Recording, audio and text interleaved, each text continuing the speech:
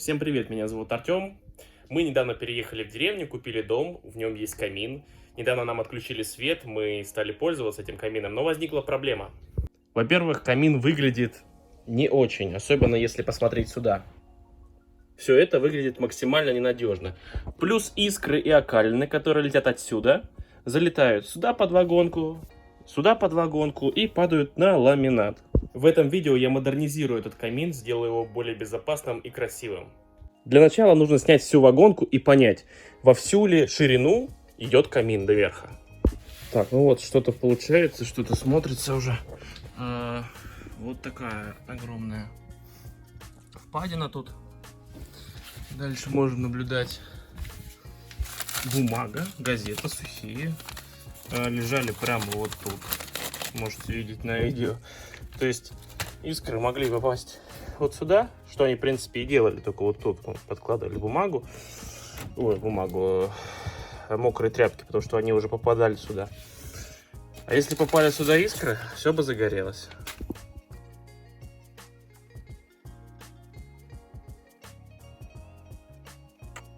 Очень спорное на самом деле решение обшивать камин вагонкой. Это очень странно и максимально небезопасно. Сухое дерево, огонь открытый, высокие температуры, и вот тебе дом сгорел.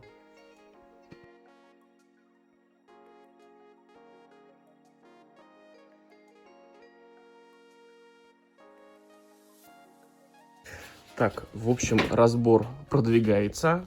Конечно же, камин не во всю ширину, как предполагалось.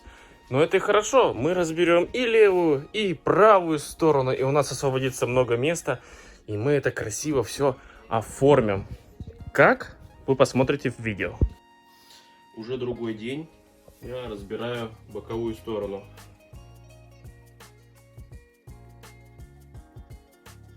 Пока я разбираю камин, посмотрите на эту ужаснейшую кладку камина. Посмотрите, насколько развалено это все. Какие-то кирпичи, какие-то графские развалины. Понятно, почему они захотели это обшить вагонкой, потому что все сыпалось, но это небезопасно. Плюс, ну, это все ужасно. А это наш бригадир.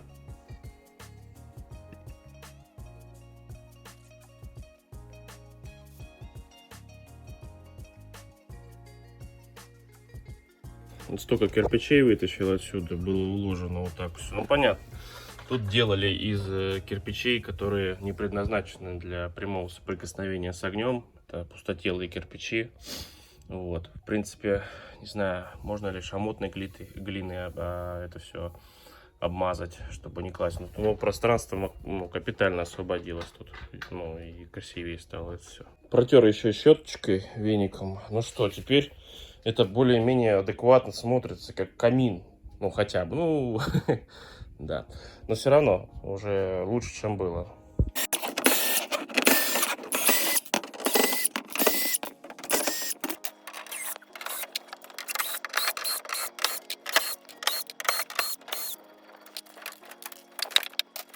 Третья сторона ушла, все, в небытие. Теперь осталось каркас разобрать. Смешно тут то, что где-то гвозди, где-то саморезы, непонятно. Ну, все, что осталось, осталось на гвоздях. Буду сейчас монтажкой и молотком это все отдирать.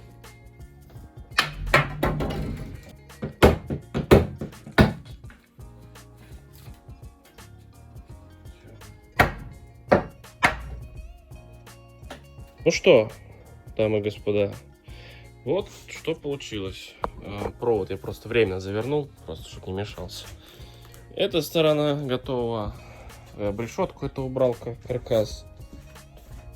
И тут, соответственно, сейчас я обеспыливаю это все, убираю мусор, там его куча, загрунтовываю и начинаю штукатурить. Сейчас покажу чем.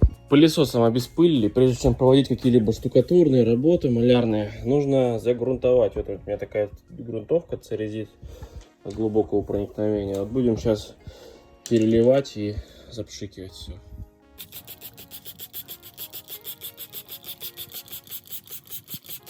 Штукатурить мы будем самым дешевым плиточным клеем из Leroy Merlin. Будем армировать. потому что, ну, что-то там все равно, как кирпичи могут сыпаться, армировать, выпрямлять. В уровень мы уже не сделаем. Если делать в уровень, вот он, уровень. Ну, короче, тут вот если приложить, то вот так получается. У меня цель обезопасить, чтобы окалины сюда не падали. Положу плитку. И сделать, ну, косметику.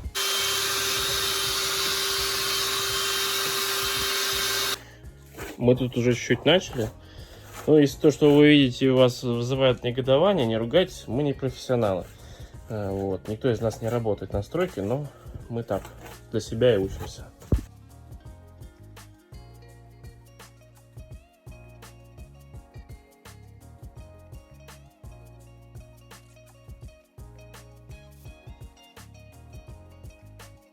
В общем, что успели сегодня вечером, вот уже сделали. Завтра вверх. Вот это все, вот эту сторону. И получается, нужно будет в гладкую поверхность выводить. И я вам покажу, как мы будем это облицовывать. Тут будет, ну, такой фартук из плитки. Это я положил ее, чтобы померить. Я буду сейчас маркером выводить. И потом, завтра, не знаю когда, буду это вырезать реноватором. Вот, чтобы сюда положить плитку, чтобы окалины все летели. Все, я отметил, разметил 20 минут. Как говорится, 7 раз отмерь, 1 раз отрежь. В общем, не смог я остановиться и прорезал реноватором до конца. Пилку угробил уже, она уже стала дымить там при резке, но я это сделал. Снимать не снимал, некому было помочь снять.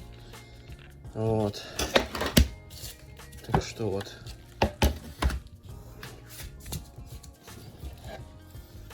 Снимаю подложку. Тут вот. И вот. Что-то происходило страшное. Продолжаю штукатурить камин. Сегодня буду штукатурить трубу. Кстати, я не пытаюсь ничего выравнивать, как вы видите на видео. Я просто пытаюсь придать жесткость конструкции. Пытаюсь, чтобы это все не рассыпалось, когда будет основной слой. Вот, поэтому использую армировочную сетку и плиточный клей, потому что он пожестче будет, чем штукатурка. Так, одну стеночку сделал. Тут решил поэкспериментировать. Сделал, ну, такой себе угол с армировочкой. И получается, еще нужно будет доделать, как высохнет. Вот, ну тут просто было все вот так вот, жих, обувалено. Ну, хоть как. Кстати, вот этот плиточный клей из Leroy Merlin за 220 рублей. Хоть он самый дешевый, кстати говоря, этим клеем не клеит плитку никто. Его используют для декорирования стен, кто-то пеноблоки на него ставит, там строит дома. Вот, я же использую его как штукатурку. Очень хороший вариант. Его можно наносить 2-3 сантиметра. Конечно, делаем погуще. Его 2-3 сантиметра на стену. И получается, что у нас все держится, ничего не сползает. Идеально. Но лучше, конечно, чем обычная штукатурка. Возможно, дороже.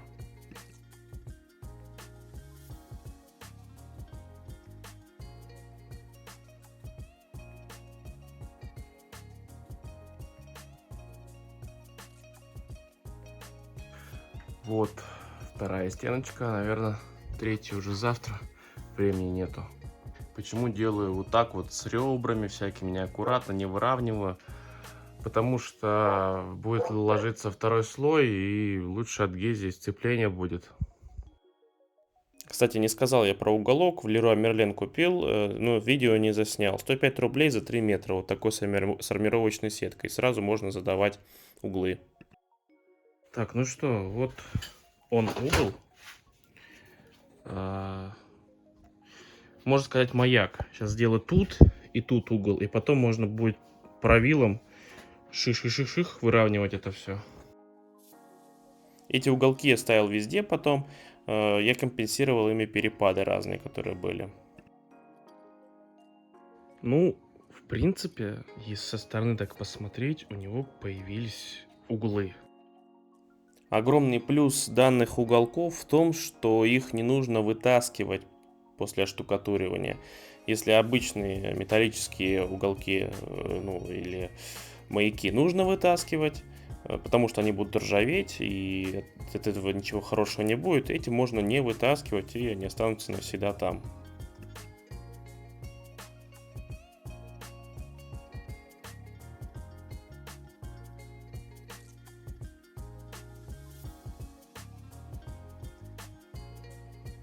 Ну что, будем выводить, наконец. Сейчас покрываем водой для лучшего сцепления. Вот, намешали уже целый мешок. Сейчас на таймлапс это все поставлю, будете смотреть.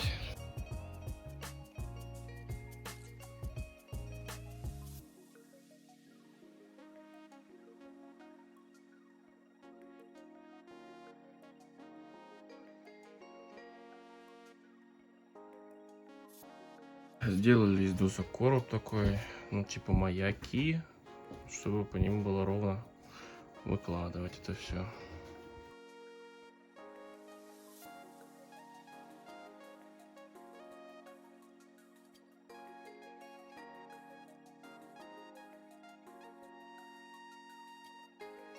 Мы выровняли лицевую сторону, теперь нужно придать рельеф будущим камням. Это же все-таки имитация камня. Беру просто полотенце кухонное в данный момент. И вот так вот, оп, оп, оп, оп, покажи ближе. Оп, оп. И вот посмотрите, что получается. Вот. Как будто вот, ну что-то такое.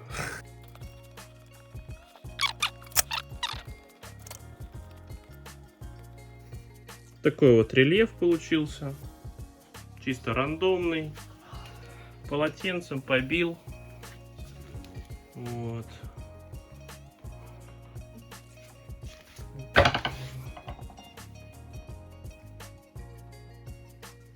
Сейчас мы укрепим влагу, закроем саморезы, покроем грунтом пол, ну, положим сетку.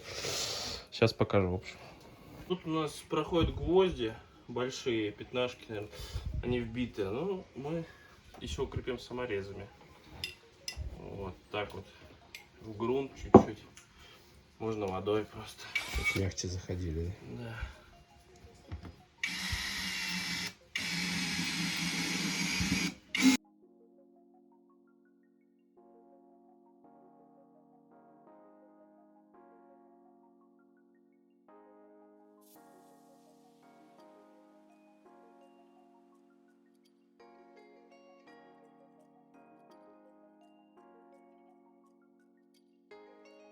Теперь грунтуем.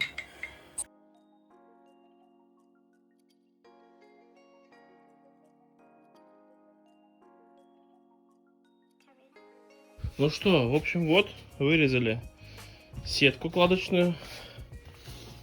Вот такая она. Мощная. Не знаю, Вот. И получается, сейчас мы перфолентой будем ее прикручивать, чтобы она не было ничего такого. Берем вот так перфоленту, перфорированная лента, и мимо тазика все отламываем, чтобы прикрутить ее хорошо. Перфоленту нарезали двумя саморезами, такими, в принципе, не короткие. Прикручиваем армосетку к полу еще.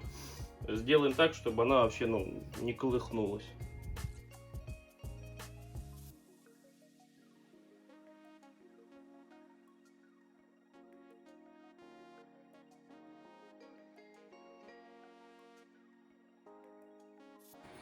В общем, первый раз в жизни это дело, ниже жизни ни разу плитку не клал, видел по видео. На видео легко, как и вы сейчас будете видеть, но на самом деле получается тяжело. Тут вы видели, что прожженная дыра, я чуть-чуть на всякий случай перестраховался, вдруг там вниз все утечет. Ну что, церезит CE CM14 либо CM17, другой не берите. Вот.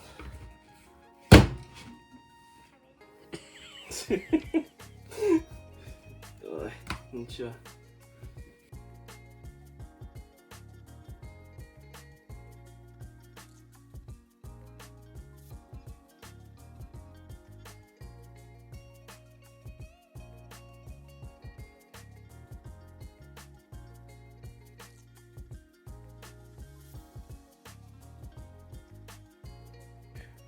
Короче, вырезаю такие канавы хомутом согнутым. Сейчас, например, вот так вот.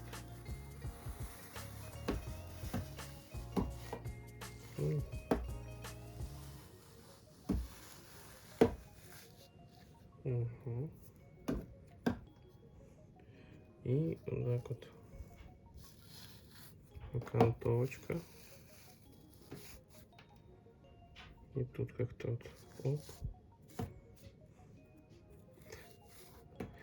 Он должен быть, камни должны быть, точнее камни, раствор должен быть почти сухой, ну не почти, и не высохший, и не сухой. Так, промежуточный результат. В общем, вот что получилось. Через час-полтора еще мокрой кисточкой по швам пройтись и сгладить углы, чтобы камни не были такими острыми. Ну и вот. В общем, вот как получилось положить плитку. Это был мой первый раз. Не судите строго. Сейчас буду шило возьму, буду клей выцарапывать из этого дела. Из швов. И потом буду замазывать швы. Так, швы я зачистил. Вот так вот все там. Тут прям вообще косяк косячина. Ну, это первый раз. И, в принципе, пойдет. Что ж делать? Так как плитка керамогранит уложена на деревянном основании, для задирки швов я беру клей герметик на основании МС полимеров, так как у него очень хорошая эластичность, водонепроницаемость, он со временем не выцветает, как обычный герметик, цвет серый. Буду прямо загонять сейчас в швы. Заделал швы. Очень тяжело давится этот клей герметик. Вот сейчас буду прыскать мыльной водой и снимать лишнее. Вот такие шпательки у меня есть.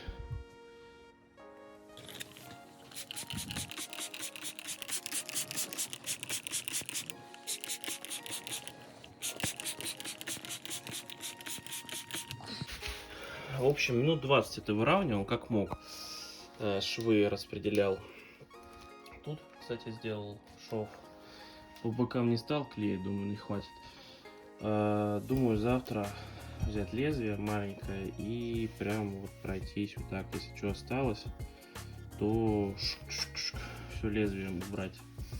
Ну вот, и все будет четко. Ну а пока вот такой вот результат. Как вам? Привет из будущего, из настоящего. Мы этот камин уже закончили, вот, но материала так много, что это не умещается в короткий ролик. Уже около 25 минут видео, я уже монтирую около 3 часов. Понимаю, что это не вместить в одно видео. Ну и, соответственно, будет второе видео, логично. Финальное, заключительное. А пока что подписывайтесь, ставьте лайки, комментируйте то, что вам нравится, не нравится. Я буду отвечать на ваши комментарии. Ну и всем пока.